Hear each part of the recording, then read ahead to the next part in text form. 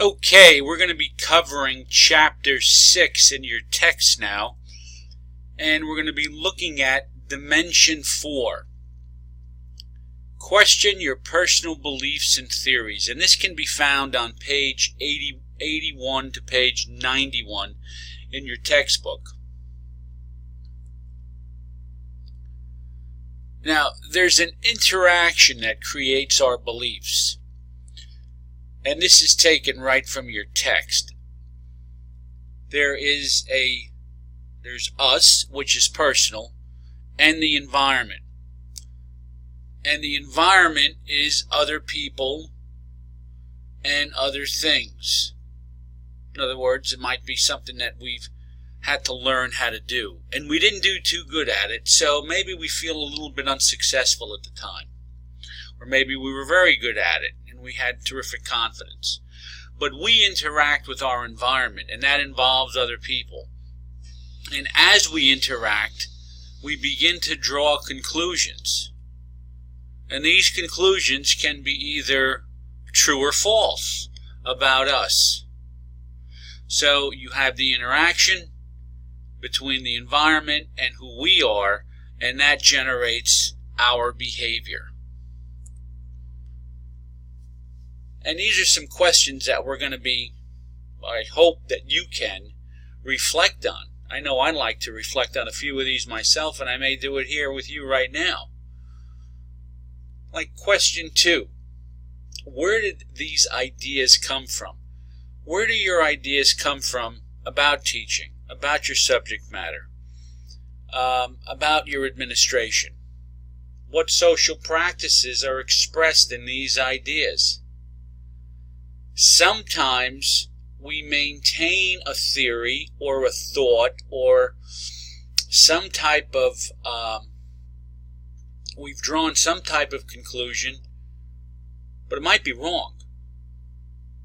It might be wrong. What views of power do they embody? What interests seem to be served by your practices? You know, it's interesting. Everyone is motivated by different things. We're all motivated by different things. And sometimes our own interests get served by the way we think. And what acts constrain your views of what is possible in teaching? What acts to constrain our views? What really keeps us from becoming maybe the best we can be in our profession? I've always looked at our profession, and I don't mean just teaching, any profession, a profession, and you look at it and you see it, and sometimes you wonder, are they different people? Are we different people when we are leading our personal life and our professional life? And I can always remember Stephen Covey making a statement one time where he said, life is one indivisible whole. Who you are at work should be who you are as a person when you're interacting with friends and family. And when we have to compromise that on the job, that can create a lot of discomfort for us. Here's a key point. There's no clear window into the inner life of an individual. Any gaze is always filtered through the lens of language, gender, social, class, race, and ethnicity. There's no objective observation, only observation socially situated in the world of the observer and the observed. Well, what does all that mean? In other words, we're only a compilation of what people have said to us and what people have done to us. And that's the truth. And that goes back to the us interacting with the environment, and our behavior is determined by that.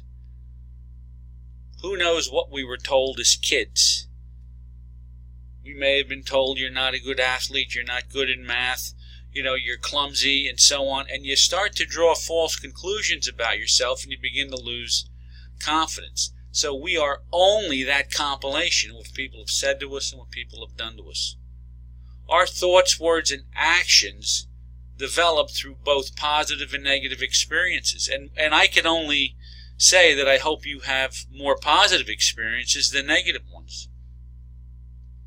And then here comes that indivisible whole. The same attitudes are brought with us into the classroom. And that's what we have to be aware of. I remember working with an administrator one day, and I was an administrator myself. And I came into work and I said to him, I'm in a real crummy mood.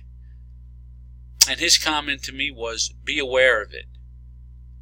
Because it's that mood that will determine my day. Your mood will determine your day. Kids will mirror back to us the same attitude that we have when we're in the classroom. And if we're having a bad day, flat tire, problem, hot water heater broke, whatever the case may be, and we bring that into the classroom, our day is only going to get worse. So we always have to be aware of when we are beginning to experience a bad day. So how good are we? Efficacy belief theory. Perceptions of self-efficacy play a key role in human functioning, as they affect behavior not only directly but also by their impact on other determinants such as goals, aspirations, outcome expectations, affective proclivities, and perception of obstacles and opportunities in the social environment. Efficacy beliefs, for example, play a significant role in personal development, particularly in relation to the adaptation and change as they can influence. Okay, let's go back to that a minute. Efficacy belief theory. What is efficacy? How good we are at something. Are we effective? Do we have the ability to perform a task? And, it plays a role in how we function, and it does affect our behavior. But I think what really matters is, do we have the capacity to overcome any negative beliefs that we may have about ourselves? Because if this is true, efficacy beliefs play a significant role in personal development, particularly in relation to adaptation and change, as they can influence whether people think strategically or erratically, whether you're an optimist or a pessimist. They influence the challenges and goals people set for themselves. Some people don't even set a goal because they're too afraid to do it. They don't want to set a course of action because once they looked at the obstacles that were in the way, they didn't want to continue. It influences how much effort we put into something. And kids, when you think about it, if their self-efficacy is low, they're not going to put much effort into anything because for fear of failure. It influences the outcomes people expect their efforts to produce. And if you don't get the right outcome, it becomes discouraging because you put in the right effort. And then here's a big one. It influences how long we're going to stick with something. And do we have resiliency? And can we overcome adversity? We start doing something, we have a small problem, can't do it, can't be done. It's something that we have to consider, and whether or not we help our students realize this as well. It influences how much stress and tension people experience. You start something and it ends up creating a great deal of stress.